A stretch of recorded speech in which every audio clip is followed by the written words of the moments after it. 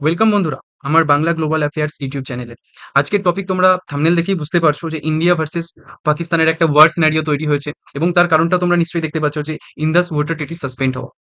তো এই ভিডিওতে আমরা আলোচনা করব পেহেলগামে হামলার পর ভারত একের পর এক কি বিগ স্টেপস নিয়েছে, ইন্দাস ওয়াটার ট্রিটি সাসপেন্ড হওয়ার পর পাকিস্তানের সার্ভাইভাল কেন এখন প্রশ্নের মুখে উঠেছে, পাকিস্তানের সব মিনিস্টার কেন বারবার এই একটাই কথা বলে যাচ্ছে all out war, act of war, কিভাবে ইন্দাস ওয়াটার ট্রিটি জলের জন্য ভারত এবং পাকিস্তানের মধ্যে একটা ওয়ার লাইক সিচুয়েশন তৈরি হয়েছে এই টেরোরিস্ট হামলার পর।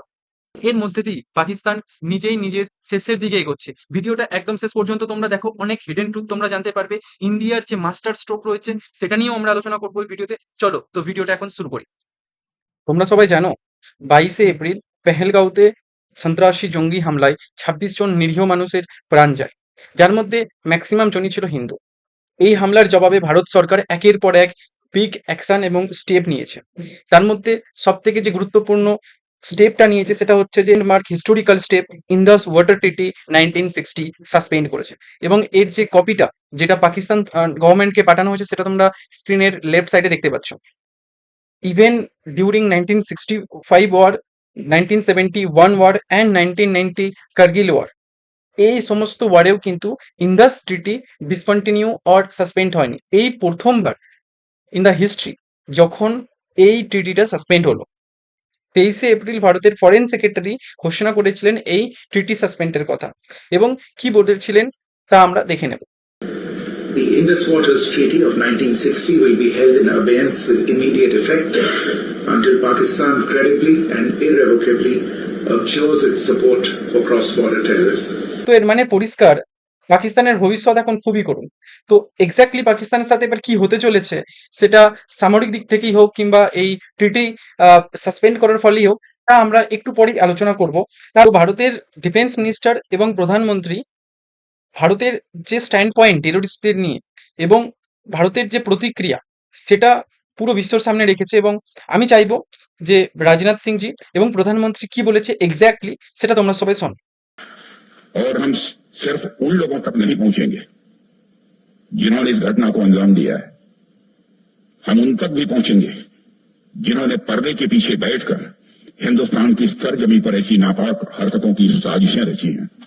Today, from the soil of Bihar, I say to the whole world, India will identify, track and punish every terrorist and their backers. তো তোমরা এখান থেকে বুঝতে পারলে যে ভারতের স্ট্যান্ড পয়েন্ট খুবই ক্লিয়ার, যেটা হচ্ছে যে শুধু সাজা না, এবার টেরোরিস্টদের শেষ করে মাটিতে মিশিয়ে দেওয়া হবে। এবং শুধুমাত্র টেরোরিস্ট না, টেরোরিস্টদের পিছনেও যারা ছিল তাদেরকেও খুঁজে বের করে তাদেরকে শাস্তি দেওয়া হবে। তো ভারতের স্ট্যান্ড পয়েন্ট শোনার পরে এবং ইন্দাস ওয়াটার ট্রিটি সাসপেন্ডের পরে পাকিস্তানের যে স্পোক্স পার্সন আছে মিনিস্ট্রি অফ ফরেন অ্যাফেয়ার্সের, তিনি এক্স্যাক্টলি কি বললেন সেটা আমি তোমাদেরকে একটু শোনাতে চাইবো। Any attempt to stop or divert the flow of water belonging to Pakistan as per the Indus Water Treaty and the usurpation of the rights of lower riparian will be considered as an act of war. তো তোমরা এখান থেকে clearly বুঝতে পারছো যে পাকিস্তানের main উদ্দেশ্য কি, কোনো কিছুর সমস্যার সমাধান করা না, শুধুমাত্র অ্যাক্ট অফ ওয়ার, নিউক্লিয়ার ধমকি, এই সমস্ত দেওয়াগুলি তাদের কাজ। তার জন্য তাদের যে former foreign minister Bilawal Bhutto clearly বলছে যে ভারতের যে সাধারণ মানুষ তাদের রক্ত ঝরাতে চায়। এক্স্যাক্টলি বিলাওয়াল ভুট্টো কি বলেছে সেটা তার স্পিচ থেকে আমরা শুনবো। भारत को कहना चाहूंगा कि सिंधु हमारा है और सिंधु हमारा रहेगा। या इस दरिया से हमारा पानी बहेगा या उनका खून बहेगा।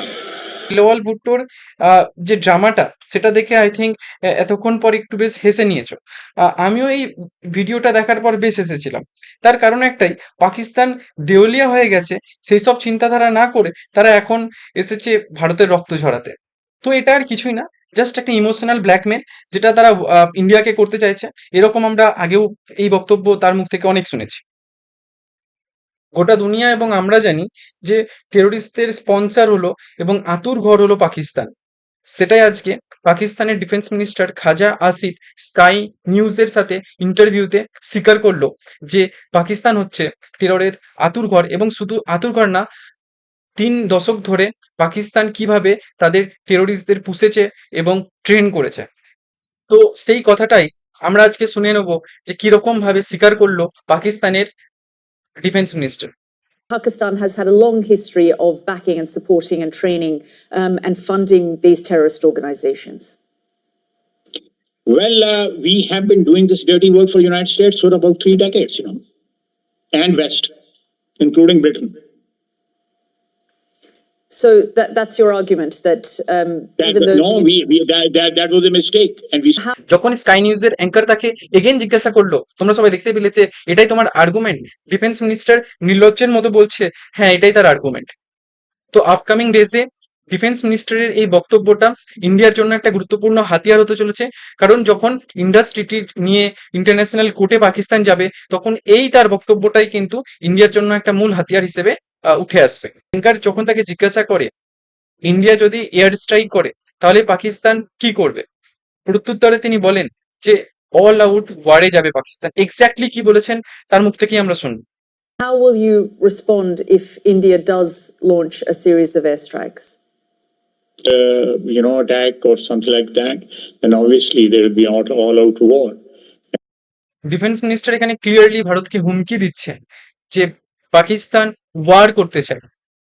শুধু এখানেই তিনি থেমে থাকেননি, আরো বলেন নিউক্লিয়ার ধমকি পর্যন্ত ভারতকে দেয়। এবং এক্স্যাক্টলি কি বলেছেন নিউক্লিয়ার ধমকি নিয়ে সেটাও আমরা দেখবো। The 2 nuclear powers in the subcontinent, and if things get wrong, there could be a tragic outcome of this confrontation. Clear message তিনি দিতে চাইলেন, যদি অল আউট ওয়ারে পাকিস্তান যায় তাহলে নিউক্লিয়ার ওয়ার হবে এবং এর যে পরিণাম সেটা গোটা বিশ্বকে ভোগ করতে হবে। তার মানে শুধুমাত্র ইন্ডিয়াকে না, পুরো বিশ্বকে পাকিস্তান হুমকি দিতে চাইছে। তো সোজা ভাষায় আমরা একটা জিনিস বুঝতে পারছি, পাকিস্তান রীতিমতো ভয় পেয়ে গেছে।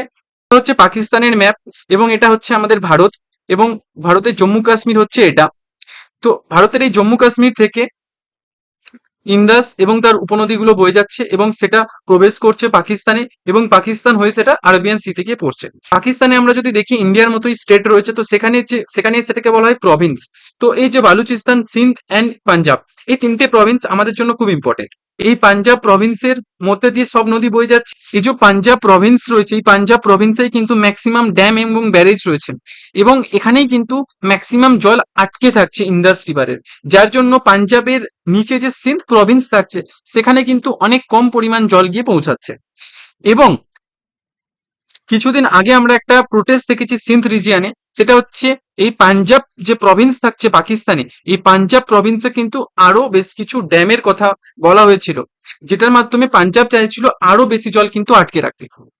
তো তার জন্য সিন্ধে প্রোটেস্ট হয় এবং পাকিস্তান গভর্নমেন্ট পাঞ্জাবে যে ব্যারেজ বা ড্যামের নির্মাণের কথা বলা হচ্ছিল সেগুলোকে বন্ধ করে দিয়েছে। তো অলরেডি সিন্ধ রিজিয়ন কিন্তু ওয়াটার স্ক্যারসিটির মধ্যে দিয়ে যাচ্ছে, বিকজ ম্যাক্সিমাম ওয়াটার হোল্ড করছে পাঞ্জাব প্রভিন্স।